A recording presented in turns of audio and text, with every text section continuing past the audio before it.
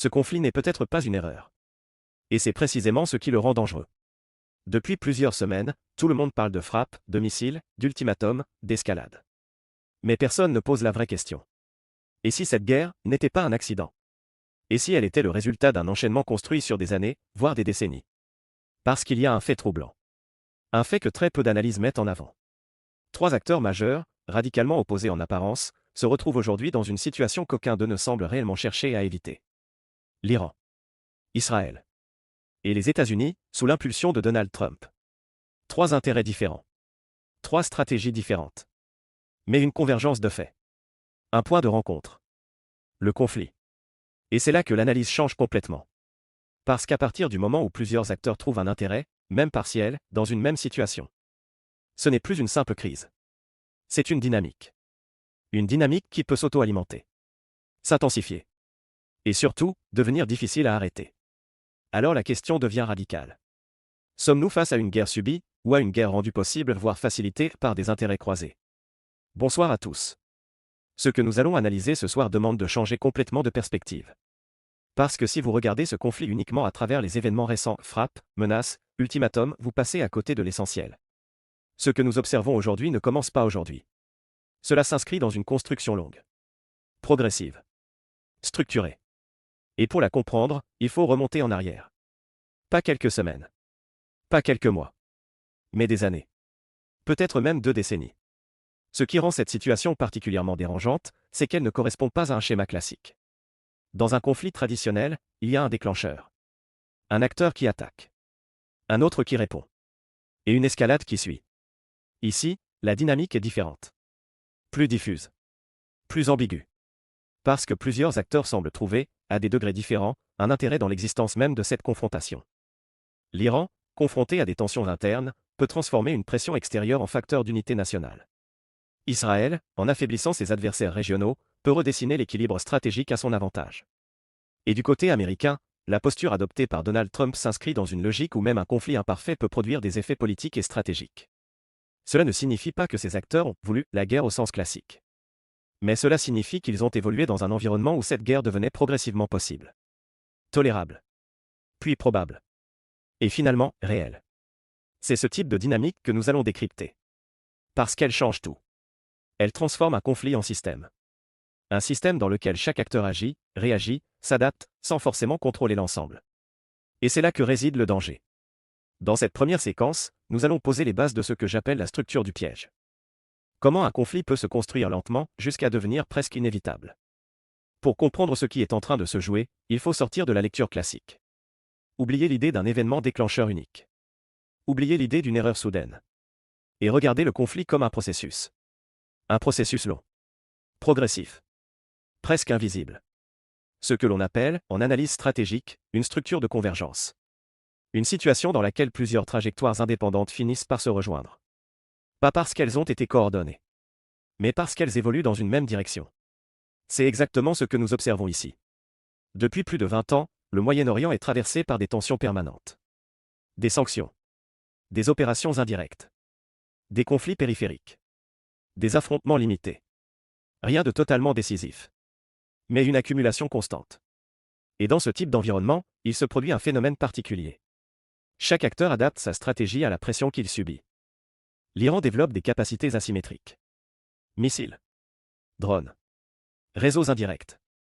Objectif, compenser un déséquilibre militaire. Mais en faisant cela, il augmente aussi le niveau global de tension. Israël, de son côté, agit pour contenir cette montée en puissance. Frappe ciblée. Action préventive. Pression constante. Objectif, empêcher un basculement stratégique. Mais en agissant ainsi, il entretient également la dynamique du conflit. Du côté américain, la posture évolue. Moins d'engagement direct massif. Plus de pression économique. Plus de soutien indirect. Objectif, contenir sans s'enliser. Mais cette stratégie crée un paradoxe. Elle maintient la pression sans résoudre le problème. Et c'est là que le piège commence à se former. Parce qu'aucun acteur ne cherche nécessairement une guerre totale. Mais aucun acteur ne modifie réellement sa trajectoire. Chacun avance. Chacun ajuste. Chacun réagit. Et progressivement, les marges de manœuvre disparaissent. Les lignes rouges se rapprochent. Les incidents deviennent plus fréquents. Les réponses plus rapides. Et à un certain point, il ne reste plus beaucoup d'options. C'est ce moment que nous atteignons. Un moment où la structure du conflit est déjà en place. Où les conditions sont réunies. Où la moindre étincelle peut déclencher une réaction en chaîne. Et ce qui est particulièrement important, c'est que cette structure ne dépend pas d'une décision unique. Elle dépend de l'ensemble des décisions prises sur une longue période. C'est pour cela que ce type de conflit donne l'impression d'être inévitable. Non pas parce qu'il l'était dès le départ. Mais parce que, étape après étape, les alternatives ont disparu. Dans la prochaine séquence, nous allons analyser les intérêts spécifiques de chaque acteur. Pourquoi, malgré les risques, chacun trouve une forme d'avantage dans cette situation. Pour comprendre pourquoi cette dynamique a pu se construire sur une si longue durée, il faut regarder une réalité inconfortable. Dans ce type de configuration, les acteurs ne sont pas uniquement contraints. Ils sont aussi, parfois, avantagés. Pas de la même manière. Pas pour les mêmes raisons. Mais suffisamment pour ne pas casser la dynamique. Et c'est là que le mécanisme devient puissant. Parce qu'il ne repose pas sur une volonté commune. Il repose sur des intérêts différents, qui convergent. Commençons par l'Iran. Depuis des années, le régime iranien fait face à des tensions internes. Pression économique. Sanctions. Mécontentement social. Dans ce contexte, un facteur extérieur peut jouer un rôle déterminant. Lorsqu'une pression vient de l'extérieur, la dynamique interne change. Les divisions s'estompent. Le débat se referme. Et la population se recentre sur une logique de défense. Ce n'est pas un mécanisme propre à l'Iran. C'est un réflexe classique dans de nombreux États. Mais dans ce cas précis, il peut offrir au pouvoir un levier. Transformer une fragilité interne en cohésion nationale. Ensuite, regardons Israël. Pour Israël, la question iranienne est structurelle. Elle ne date pas d'aujourd'hui. Elle s'inscrit dans une stratégie de long terme. Limiter l'influence régionale de l'Iran. Empêcher l'émergence d'une capacité militaire trop avancée. Maintenir un avantage stratégique. Dans ce cadre, un conflit prolongé peut produire un effet particulier. Il use. Il consomme des ressources. Il mobilise l'attention. Et dans certains cas, il peut affaiblir plusieurs adversaires en même temps. Un Iran sous pression. Des États-Unis engagés. Un environnement régional sous tension. Ce type de configuration crée des opportunités. Pas forcément immédiates. Mais stratégiques. Enfin, il faut analyser la position américaine. Sous l'impulsion de Donald Trump, la logique change. L'approche n'est pas celle d'un engagement massif et prolongé. Elle repose davantage sur la pression. Pression économique. Pression militaire ponctuelle. Pression politique. Mais cette approche comporte une particularité. Elle accepte un certain niveau de désordre. Parce que ce désordre peut être exploité. Même une situation imparfaite peut produire des gains. Politiques. Stratégiques. Symboliques. Cela ne signifie pas que la guerre est recherchée. Mais cela signifie qu'elle peut être intégrée dans un calcul plus large. Et c'est là que les trajectoires se rejoignent. Un Iran qui peut transformer la pression en cohésion. Un Israël qui peut tirer avantage d'un affaiblissement prolongé de ses adversaires. Des États-Unis qui utilisent la tension comme levier. Aucun de ces acteurs ne poursuit exactement le même objectif. Mais aucun ne casse réellement la dynamique. Et c'est ce point qui est essentiel. Parce que lorsqu'un système repose sur des intérêts partiellement alignés, il devient très difficile à arrêter. Dans la prochaine séquence, nous allons entrer dans une dimension encore plus concrète. Les chiffres. Et pourquoi, sur le plan militaire, certaines structures rendent ce type de conflit particulièrement piégeux. Il y a un moment, dans chaque conflit, où les chiffres racontent une histoire que les discours ne disent pas. Et ici, ces chiffres sont brutaux. Un drone iranien de type Shahed. Coût estimé, environ 50 000 $. Un missile intercepteur américain. Coût estimé, autour d'1 million de $. Pour neutraliser un seul drone, il faut souvent 2, parfois 3 tirs. Autrement dit, entre 2 et 3 millions de $ pour détruire un système qui en vaut 50 000. Le rapport est simple. Il est écrasant. Et surtout, il est structurel. Cela signifie que même en étant militairement supérieur, l'adversaire peut être économiquement désavantagé. Et c'est là que le piège se referme. Parce que ce type de guerre ne se gagne pas uniquement avec la technologie. Il se gagne avec la capacité à soutenir l'effort dans le temps. Or, si chaque interception coûte des dizaines de fois plus cher que l'attaque, la balance s'inverse progressivement. Et ce n'est pas tout. Les volumes changent également l'équation. Des dizaines de milliers de drones disponibles. Une capacité de production continue. Plusieurs centaines d'unités par jour. Face à cela, les systèmes de défense deviennent sous pression. Pas nécessairement parce qu'ils sont inefficaces. Mais parce qu'ils sont conçus pour une autre logique. Une logique héritée de la guerre froide. Une logique de confrontation entre puissances équivalentes. Peu de cibles. Très sophistiquées. Très coûteuses. Mais limitées en nombre. Ce modèle fonctionne dans un environnement stable. Il fonctionne face à des menaces comparables. Mais il montre ses limites face à une saturation. Face à une multiplication des vecteurs. Face à une stratégie qui vise non pas la précision absolue, mais l'usure. Et c'est là que la structure devient problématique. Parce qu'une armée construite pour exceller dans des conflits de haute intensité peut se retrouver en difficulté face à des systèmes simples, nombreux et persistants. C'est un renversement. Un renversement qui n'est pas nouveau dans l'histoire. Mais qui est souvent sous-estimé. Dans ce type de configuration, la puissance technologique ne disparaît pas. Mais elle devient coûteuse à maintenir. Et dans certains cas, elle devient un handicap. Parce qu'elle impose un rythme économique difficile à soutenir. Et ce rythme, sur la durée, peut peser plus lourd que les pertes immédiates. C'est pour cela que l'on parle de piège. Un piège dans lequel la supériorité apparente ne garantit pas la victoire. Un piège dans lequel la structure même de la force devient un facteur de vulnérabilité. Dans la prochaine séquence, nous allons replacer cette situation dans une perspective historique. Parce que ce type de dynamique s'est déjà produit. Et à chaque fois, les grandes puissances ont sous-estimé le moment où le basculement s'opérait. Ce que nous décrivons ici n'est pas une anomalie. Ce n'est pas une exception. C'est un schéma. Un schéma qui revient régulièrement dans l'histoire des puissances. Avec des contextes différents. Des technologies différentes. Mais une structure étonnamment similaire. Regardez Athènes, lors de l'expédition de Sicile. Une puissance dominante. Confiance élevée. Capacité militaire impressionnante. Et pourtant, une campagne qui s'étire, s'enlise, et finit par épuiser les ressources. Regardez Napoléon en Russie. Une armée puissante. Une stratégie ambitieuse. Mais un environnement qui transforme chaque avancée en coût supplémentaire. Jusqu'au point de rupture. Regardez les empires modernes. Les Britanniques en Afghanistan. Les Soviétiques. Puis les États-Unis. 3 puissances différentes. 3 époques différentes. Mais une constante. Un engagement dans un environnement où la supériorité initiale ne suffit pas. Un adversaire qui ne cherche pas nécessairement la victoire immédiate. Mais l'usure. Le temps. Le coût. Et à chaque fois, le même mécanisme. La puissance dominante entre avec un avantage. Elle impose son rythme. Elle contrôle le début du conflit.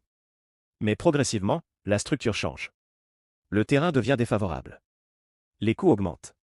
La durée s'allonge. Et l'avantage initial se réduit. Jusqu'à devenir insuffisant. C'est ce que l'on appelle un piège stratégique. Pas un piège intentionnel au sens simple. Mais un environnement dans lequel les conditions de la victoire sont progressivement modifiées. Et souvent, ce changement n'est pas perçu immédiatement. Parce qu'il est lent. Parce qu'il est progressif. Parce qu'il ne correspond pas aux indicateurs classiques. Les grandes puissances regardent les capacités. Les technologies. Les frappes. Les résultats immédiats. Mais le véritable basculement se produit ailleurs. Dans la durée. Dans le coût. Dans la capacité à soutenir l'effort. Et c'est précisément ce qui rend la situation actuelle si délicate. Parce que les éléments que nous avons décrits précédemment, asymétrie des coûts, saturation, pression constante, s'inscrivent dans ce schéma. Un schéma où la supériorité ne disparaît pas. Mais devient insuffisante. Et dans ce type de configuration, le danger n'est pas une défaite rapide. Le danger, c'est une érosion lente. Une perte progressive de contrôle. Une situation où chaque décision est prise pour éviter le pire, sans jamais réellement sortir du piège. Dans la prochaine séquence, nous allons revenir au présent. Et poser la question essentielle. Les États-Unis sont-ils déjà engagés dans cette logique, ou ont-ils encore la capacité d'en sortir? C'est la question centrale. Et elle n'a pas de réponse simple. Parce que ce type de situation ne bascule jamais d'un coup. Elle évolue. Progressivement. Silencieusement. Jusqu'au moment où il devient difficile de faire marche arrière. Aujourd'hui, les États-Unis ne sont pas dans une position de faiblesse immédiate. Leur puissance militaire reste dominante. Leur capacité de projection est intacte. Leur réseau d'alliances est solide. Mais ce n'est pas là que se joue le véritable enjeu. Le véritable enjeu, c'est la structure du conflit. Et cette structure, nous l'avons vu, présente des caractéristiques particulières. Une asymétrie des coûts. Une capacité de saturation. Une pression constante. Un environnement où chaque réponse peut produire des effets secondaires. Dans ce contexte, la question n'est pas de savoir si les États-Unis peuvent gagner une bataille. La question est de savoir s'ils peuvent contrôler la durée. Et surtout, le coût. Parce que dans un conflit structuré comme celui-ci, le facteur décisif n'est pas la puissance instantanée. C'est la capacité à maintenir l'effort.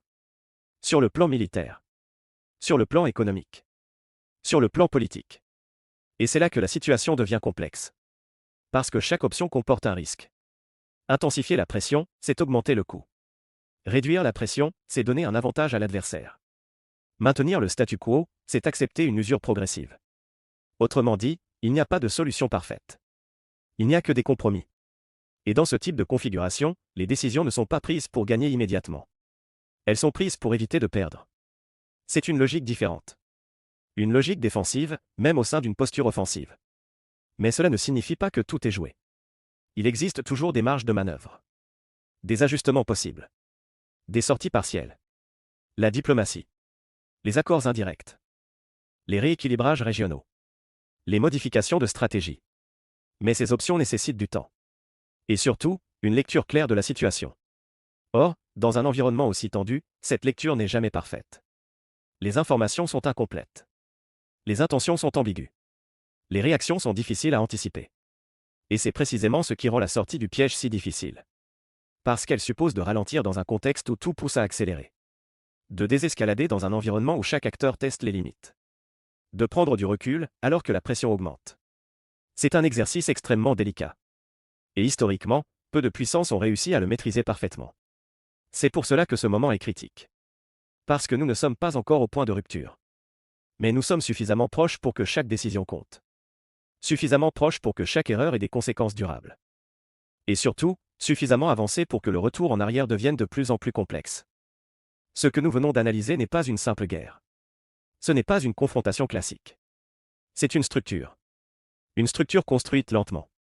Année après année. Décision après décision.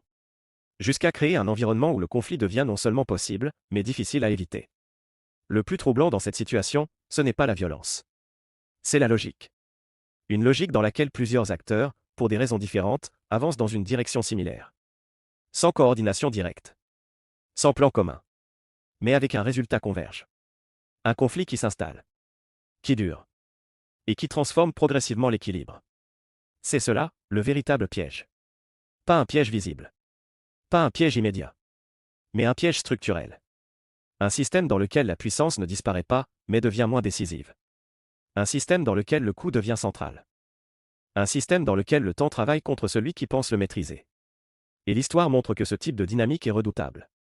Parce qu'elle ne produit pas toujours des défaites spectaculaires. Elle produit des érosions. Des pertes progressives. Des situations où l'on continue à avancer, sans réellement sortir du problème. Alors la question reste ouverte. Les États-Unis sont-ils déjà engagés dans ce type de trajectoire, ou ont-ils encore la capacité de modifier la structure du conflit? Et surtout, les acteurs en présence comprennent-ils réellement la nature du système dans lequel ils évoluent, ou sont-ils en train de reproduire un schéma déjà vu dans l'histoire? Bull, donne-moi ton analyse en commentaire. Sommes-nous face à un piège stratégique classique, ou à une nouvelle forme de conflit que personne ne maîtrise encore totalement? Index revers pointant vers la droite blanc, abonne-toi, active la cloche, et reste connecté. Parce que dans ce type de crise, ce ne sont pas les événements visibles qui sont les plus importants. Ce sont les dynamiques invisibles qui les produisent.